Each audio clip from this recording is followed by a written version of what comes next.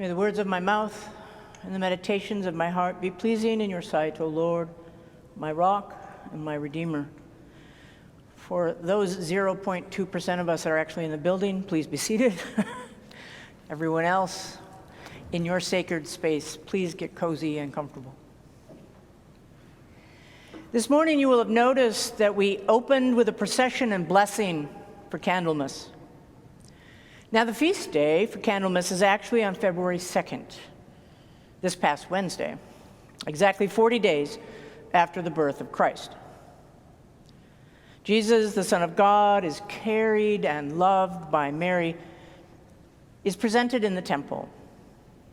Jewish tradition prescribes that a baby boy is presented in the temple, and thanksgiving is given by the grateful parents. A sacrifice is offered, a pair of turtle doves or 2 pigeons. It is also the time of purification for a woman after having given birth. Whether a live birth or a stillborn, a woman was still required to be purified, a time of postpartum rest and care. Candlemas, in the eyes of our Gaelic and Celtic ancestors, was the midway point between the winter solstice and the spring equinox, the lengthening of days, the beginning of the lambing season. The old world word for this time is imbolc or imbolg, which means in the belly. The world is pregnant, expecting. The quickening is about to begin. Now, this past Wednesday and Thursday, I was up in northern Minnesota near a town named Ely. I awoke to a temperature of minus 26 degrees below 0 Fahrenheit on Wednesday and minus 38 degrees Fahrenheit below 0 Fahrenheit on Thursday. But the sun rose earlier each day I was up there. And the shadows in the afternoon were given a longer time to dance on the beautiful cold snow. But even in this weather, I knew that spring would come. And in Minnesota, we call this time of year seed catalog time, dreaming of possibility and adventure in the dirt with every turn of every page. So, for those of you who want to know, Christmas is now officially over. Candlemas has come. The candles are blessed for the upcoming year. The mystic Simeon and the prophet Anna both recognized Jesus as the Redemptor of Jerusalem. They both had been waiting a lifetime to experience this fulfillment, as had many of the prophets before them. But please remember, Jesus is not just about Christmas, all the joy, the birth, the celebration.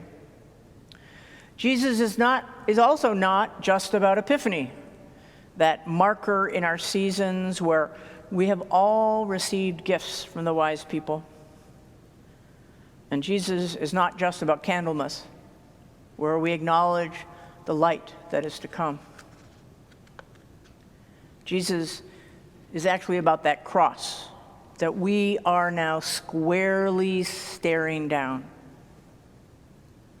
The cross and the pain and the sacrifice. Trying to understand the Christ is probably closer to a middle ground. It's not the joy, it's not the pain, it's a middle ground. Like this Sunday. This Sunday we are at a pivot point, far enough away from Christmas and the celebration, inching ever closer to Good Friday and then on to Easter. Easter and the redeeming light of Christ. The light of Christ. Words that the deacon will sing at the Easter Vigil. In this morning's reading from Isaiah, the prophet has had his sins and guilt wiped away by the Lord and has responded to the Lord's call. The Lord's call of, "Whom shall I send?" "Send me, Lord," is Isaiah's reply. "Send me." But today I stand before you and say, "Send me where?" Our heroes in today's gospel are people just like you and I, wanderers, seekers of truth and peace, just trying to make ends meet with hard work. Simon Peter, James and John, and many others never even named in the books that we read, were there on that shore to listen, to learn, to feel, and maybe even to see the light. I call them heroes because they have already proven not to be the best fishermen, at least on these shores that evening, but heroes for opening their eyes and their hearts to possibility and joy. Yet our hero, Simon Peter, doesn't respond to the teacher like others do in other gospel stories. He doesn't basically follow him like a lamb, not asking questions. Simon Peter actually tries to send the teacher away. "Go away from me, Lord, for I am a sinful man." In spite of taking this miracle of catching net after net after net of fish, and just assuming that Jesus is the Messiah, blindly following him, Simon Peter is truly afraid. Instead of looking at the gifts received, these gifts of grace, and accepting them, Simon Peter confesses his sins, which is kind of backwards to what we often think the order should be. First we confess, then we receive grace. But in this story, God, through Jesus, offers our hero a reward, fish upon fish. And then the confession of sins occurs. This is an example of a calling story in the New Testament, a calling to ministry. But again, it's backwards. These heroes have proven fishing may or may not be their calling. But now Jesus is calling them to gather up people, mentor, support, preach to those willing to hear the good news. All too often, we invite people into ministry because we think they would be good at it, that they would succeed at it, something that they have already proven to be good at.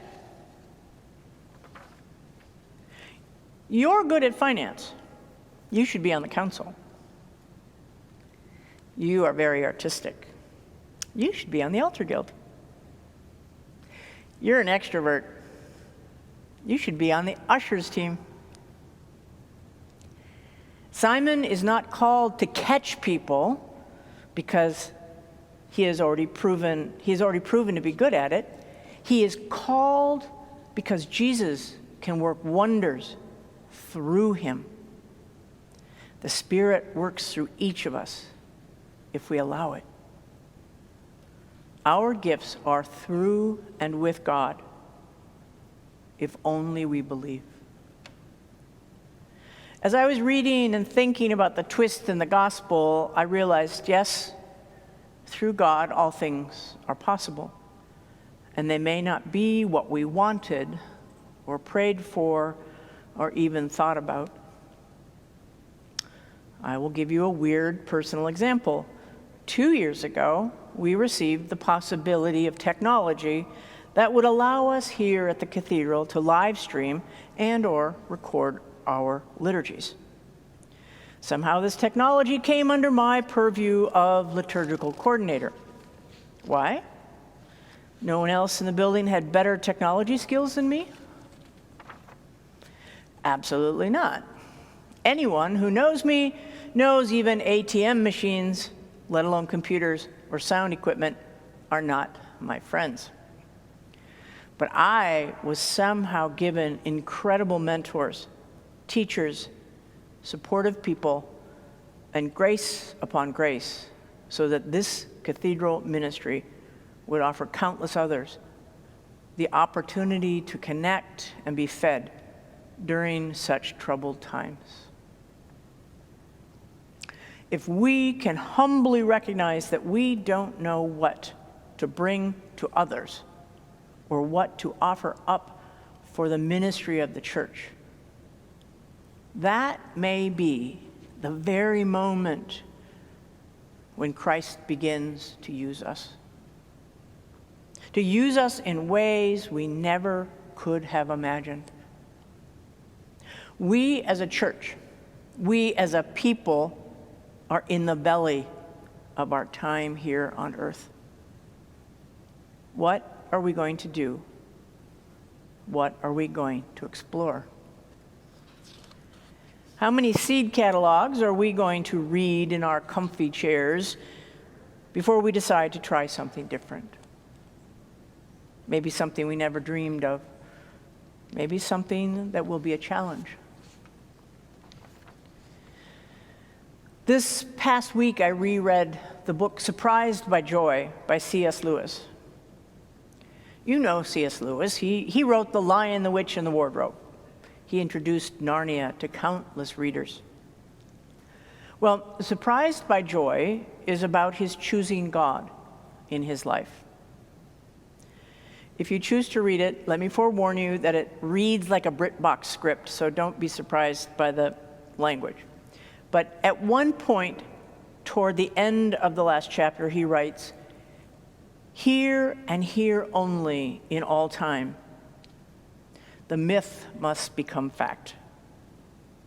Flesh, the Word, God, man." This is not a philosophy. This is not a religion. It is the summing up and actuality of it all.